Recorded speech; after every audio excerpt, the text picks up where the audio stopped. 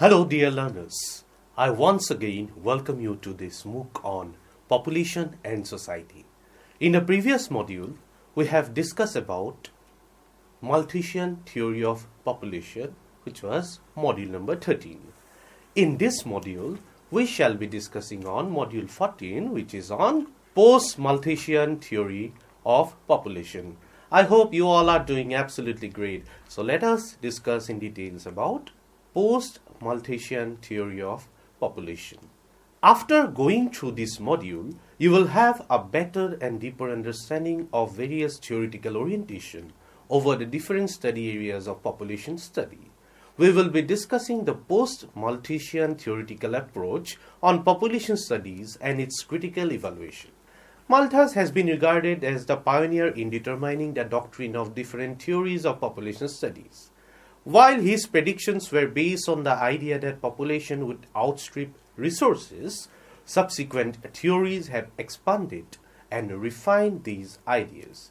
On this basis of the Malthusian theory and critically evaluating and analyzing, new theoretical doctrines have been emerged, which are known as post-Malthusian theory. In this discussion, we will give a detailed analysis of post-Malthusian theoretical doctrine on population dynamics. After going through this module, you will be able to analyze and evaluate different analytical principles on post-Malthusian theory of population. Population studies have always attracted various academic disciplines, especially the disciplines which are related with social sciences. Throughout most of the human history, societies favored large families since human labor was the key to productivity. In the earlier part of the history of human civilization, the human population was in a balancing mode as the high rate of birth rate was accompanied by high rate of death rates. That is the reason why the world population was about less than 100 million at the dawn of the human civilization, with the balancing act between birth rate and death rate. Currently, the world population is increasing by nearly 90 to 100 million people each year, with more than 90% of this growth are from relatively poorer areas of the world. If this trend will go on without a change in global consumption and living patterns, this increase will have dramatic social and environmental consequences. For this reason, a number of scholars have reflected on the changes and its impact on the potential population growth. This module will focus on different theoretical orientation of post-Malthusian theory, the theoretical doctrine of Thomas Robert Malthus. Please remember the name Thomas Robert Malthus, as we will be analyzing and re-evaluating the Malthusian principles. So, Thomas Robert Malthus has been later developed to study the various issues related with population dynamics, known as post-Malthusian theory. Now let us discuss what is population theory. What is a theory? You must have been questioning these in your mind. So please remember, a theory is a statement of how and why specific facts are related.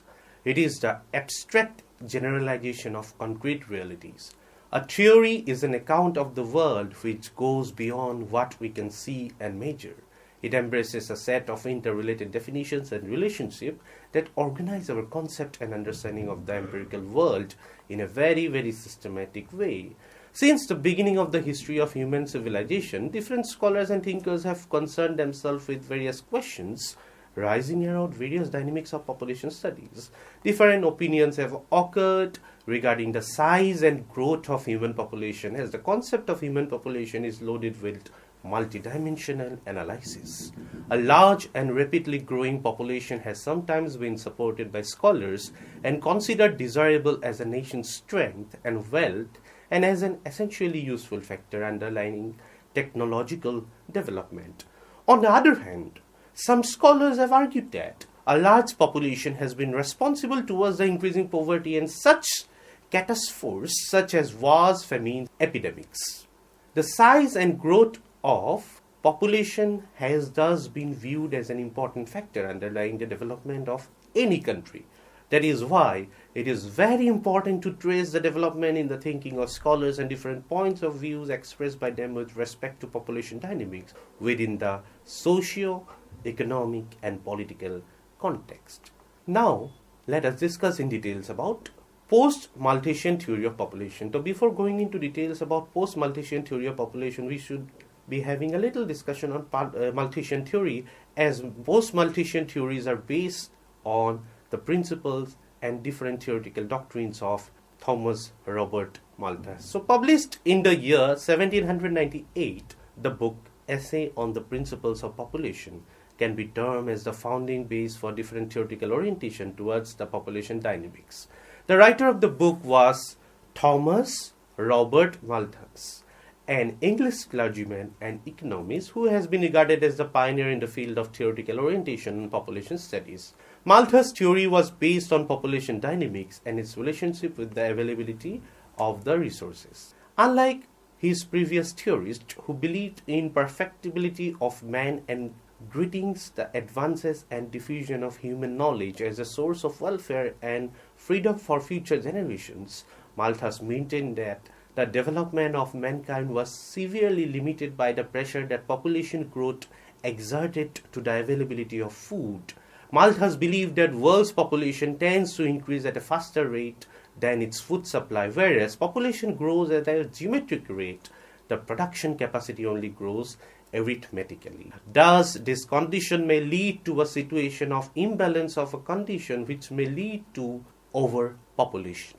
According to Malthus, the situation of overpopulation can be corrected by positive and preventive checks. Positive checks are taken by the nature, and these are the natural calamities to maintain balance between population and food supply. On the other hand, preventive checks are man-made provisions to control the birth rate. The doctrine of Malthus have discussed and scrutinized by different scholars, and a result of many severe criticisms have appeared against the theory. He has been severely criticized for his pessimistic outlook towards the study of population growth. According to Briggs and Jordan, Malthus is to judge as a prophet rather than a historian, and as an economist rather than a statistician. So these are the various ideas which has been developed by Malthus, and he has been severely criticized for his theoretical doctrines. So the various criticisms and various shortcomings of Malthusian theory of population have led to the growth of new approaches towards the understanding of population dynamics. As a reaction to the Malthusian theory of population, the new approach referred as post-Malthusian and neo-Malthusian theory has made its existence in the academic field of population studies. First, we will be discussing on post-Malthusian, and then we will be discussing on neo-Malthusian. Both post-Malthusian and neo-Malthusian theories were based on the theoretical doctrines provided by Thomas Robert Malthus. From the early years of 19th century to the end of the First World War, the classical and neo-classical schools of thought contributed greatly to the development of population theory. The classical school of thought, which was founded by Norton economist Adam Smith, they believed in the principle that economy of a society performed in a better condition of a situation of free and private initiative and in an atmosphere of vigorous competition rather than under government control. So they believed in the principle of free and open competition without any governmental interference. The classical theory was based on the notion that the production, consumption, and distribution of wealth are determined by economic laws. On the other hand, the neoclassical school of population thought had different point of views. In this regard, it is very, very necessary to draw a line of distinction between classical and neoclassical school of thought. The neoclassical school of thought was founded by William James, and later it has been developed by Karl Menger and Leon Wolfers. Then, it was forwarded by thinkers like Alfred Marshall, John Bates, Clark, Irving Fisher, and Vilfredo Pareto. The neoclassical thinkers had focused on the analysis of the psychological background, consumer demand, decisions, and actions. The contribution of both classical and neoclassical school of population theory concerned an analysis of the controversial issue of the interrelationship between population and production. These two opposing streams of population thoughts were propagated to analyze and evaluate the Malthusian doctrine of population. Thus, in a nutshell, we can say that Malthusian approach comes under classical school and post-Malthusian theory broadly comes under neo-Malthusian theory broadly comes under neoclassical analysis of population thoughts. Again, the Malthusian theory of population was based on three postulates. In the previous module, we have already discussed. If you remember, these three postulates were: food is essentially for man's existence. The passion between the sexes is essential and it will nearly remain in the present state. And the third postulate was the law of diminishing returns operates in agriculture. According to the law of diminishing returns, which is based on the natural law of agricultural production, successive additions of capital to a fixed quantity of labor would result in an increase in output, but subsequently the marginal output and later the average production associated with the variable factors would begin to drop. This law was supported in the Malthusian theory as a postulate stated that population growth tends to depress after per capita production by adding to demand, thereby meaning that after the ratio of workers to resources reaches a certain point, any further increase in the population would cause a fall in the average production of worker. But the acceptance of principle of diminishing return in Malthusian doctrine as a basic postulate and gave it to the status of a natural law, the controversy over the relationship between population and production continued to be questioned both in theoretical ground and empirical understanding. Empirically speaking, it has been increasingly evident in the 19th century that the well-being of the people and population growth are mutually connected. Thus, the situation reflected to discredit both the Malthusian theory and the principle of diminishing return. Again, the issue was also extensively discussed on the theoretical level. Though the majority accepted the principles of diminishing return, some economists asserted that an increasing number of people would stimulate production. They had questioned the very principle of diminishing return. A neoclassical economist like Marshall pointed out that the law of diminishing return is only applicable in case of agricultural production, but it is not applicable in case of industrial production. It was a basic discredit which has been given to Malthusian theory, and this point has been raised by post-Malthusian theory. Please remember this line, that the law of diminishing return is only applicable in case of agricultural production, but it is not applicable at all in case of industrial production, as industry offered greater opportunities for divisions of labor and there was continuing technological advancement rather than the diminishing return. Constant or increasing return principles were more applicable in case of manufacturing industries. Classical economists typically assume that diminishing returns characterize agricultural production and mining activities, whereas constant returns are features of manufacturing. This hypothesis, taken together with Malthus population principle, yielded even more pessimistic scenario for countries that base their productive structures on manufacturing. An immediate consequence is that population growth increases employment in the industrial sector more than it does in the agricultural sector and raises manufacturer supply more than it does in agricultural supply. Therefore, population pressure, which increases both the supply and the demand for goods, induces prices of agricultural to move up relative to those of manufacture, impoverishing factory workers. The perspective had important policy implications for Britain in the beginning of the 19th century, especially for the debate on the Corn Law. So, Corn Law was imposed by British government, which was restricting the import of the corn outside Britain. So, their belief was that they will restrict the import of corn so that the local farmers get benefited from the local production. But it has been a failure and British government had to repeal this law, and this law itself suggested that Malthusian theory is not empirically proven. The Corn Law were variable tariffs and exported subsidies intended to protect English agriculture. After the Napoleon Wars, agricultural prices fell over the Europe and British landowners demanded more protection. These issues created an enormous debate in Britain between supporters of the Corn Laws and advocated of free trade policies. Malthus strongly opposes their possible repeal and defended landlords' position but it has been a failure and government has taken back the corn law. So it was basically the post-Malthusian theory which believed in the fact that agricultural production and industrial production are two different things, and the Malthusian principles were not empirically proven in practical world. Now let us discuss in details about Neo-Malthusian theory of population.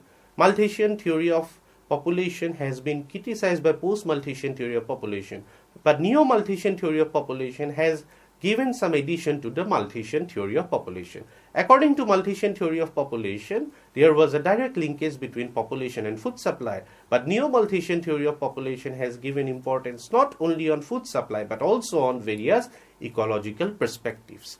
The pressure that population gives on different ecological resources of the world and how it will have an impact. The Neo-Malthusian concept was mainly stated around the time phase of 1820 till the end of the Second World War. The main difference between the Malthusian and Neo-Malthusian doctrine was that Malthus was focusing mainly on celibacy and self-restraint in controlling the population growth. On the other hand, the Neo-Malthusian approaches were focused on the artificial measures of birth control. According to the supporters of Neo-Malthusian theory, the growth rate of population will decrease by using artificial means of birth control. They accepted the Malthusian view that famine, drought, epidemic, etc. are the result of overpopulation. Unlike Malthus, they differentiated between the sexual desire and the desire for having children.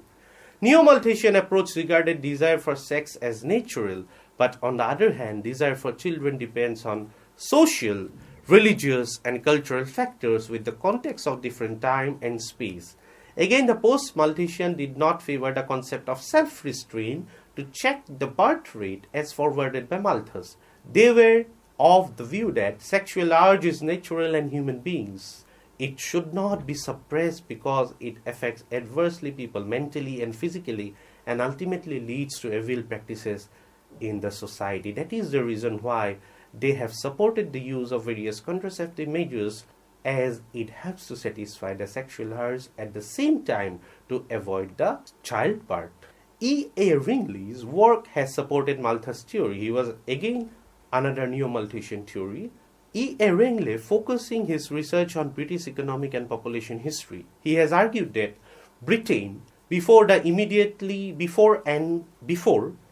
immediately after the Industrial Revolution, displayed all the main features of a Malthusian economy, but by the end of the 19th century, the relationship between population and income was broken. He defines British economy before the Industrial Revolution as an organic economic system, characterized by decreasing returns to scale, where population movements set standard of living to the subsistence level. The use of wood and other organic material as source of energy in production process tightened decreasing returns and narrowed production possibilities.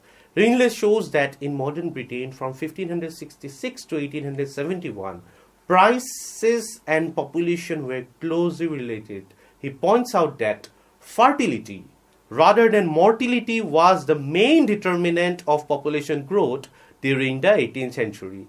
So please remember, fertility rather than mortality was the main determinant of population growth during the 18th century, and that changes accounted almost entirely of the movements in fertility. In modern England, weddings were celebrated after a careful economic calculus operated by the potential bride and groom, and therefore constituted the main mechanism relating population size and economic condition. This Malthusian link between population and economic growth disappeared in the last quarter of the 19th century when a new socio-economic paradigm prevailed.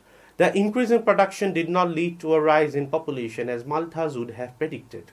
Individuals began to adopt different forms of birth controls within families, thus reducing birth rates. By the 1930s, large families had become rare in England, and more than half of the couples had only one or two children. The Neo-Malthusian literature also involves comparative studies checking for Malthusian effects of particular interest of the comparison between the England and the French experience. Until 1790, France was characterized by high pressure system, where adjustment to the Malthusian equilibrium were operated through the positive checks and higher birth rates, whereas Britain adjusted through preventive checks. After the French Revolution, the progressive introduction of birth controls gradually moved France to a low-pressure system. The peculiar feature of the phenomena is that while England created a mechanism of adjustment based on number of weddings, France bypassed this procedure and directly arrived at birth control with families. Now that is how Malthusian theories has been evaluated, re-evaluated, questioned, re-questioned by post-Malthusian and neo-Malthusian theories. From the discussion, we can sum up the following point, that population came to be considered as one of the several factors affecting production, distribution, and other human factors. The earlier theories regarded population as an important factor because these theories had assumed that there was a simple and direct relationship between size of the population and its consequences. Malthus and other classical thinkers had recognized the various dimensions and complexities of the population question. Population no longer considered as an independent variable but a dependent variable. The shift of thinking from considering population as an important factor influencing economic growth by Malthus to that of thinking it as being the doubtful significance by Marshall and other economists actually signifies the shift of theoretical doctrine from Malthusian to post-Malthusian. Malthus has been also criticized by David Ricardo regarding the Corn Law, which we have already discussed. As a result of this development and debate on whether the socio-economic consequences of a large and growing population were beneficial or harmful still remain relevant in the discussion and analysis of population theories of Malthusian and post-Malthusian theoretical doctrines. This debate has been resolved by later theories developed to resolve these debates. Let us quickly have a look on critical evaluation of the post-Malthusian theory. Different theoretical dimensions have been developed as a reaction to various loopholes found in Malthusian theory in the form of neo and post-Malthusian approaches. Although post-Malthusian and neo-Malthusian approaches were developed by analyzing and evaluate the Malthusian theoretical doctrine, again, the neo and post-Malthusian approaches were itself not free from criticism. The major criticism against it was that these theories developed by various political economists were lacking both empirical and theoretical evidence. It was very difficult and almost impossible to evaluate the net influence of population on production, as people have to be viewed both as producers and consumers, contributing both aspects of production and distribution, which can be termed as demand and supply. The point, therefore, is whether population growth, while adding to the number of producers and consumers, simultaneously leads to the proportionate increase in demand and supply. The neo-Malthusian school of thought and the post-Malthusian school of thought place a greater emphasis on mathematical analysis, and it was very difficult to measure the impact of population and overall economy. So, we have discussed in detail about how Malthusian theory has been evaluated, re-evaluated, questioned, re-questioned by different theories in the form of post-Malthusian and neo-Malthusian approaches. In the next module, that is module 15, we shall be discussing on theory of demographic transition. Thank you.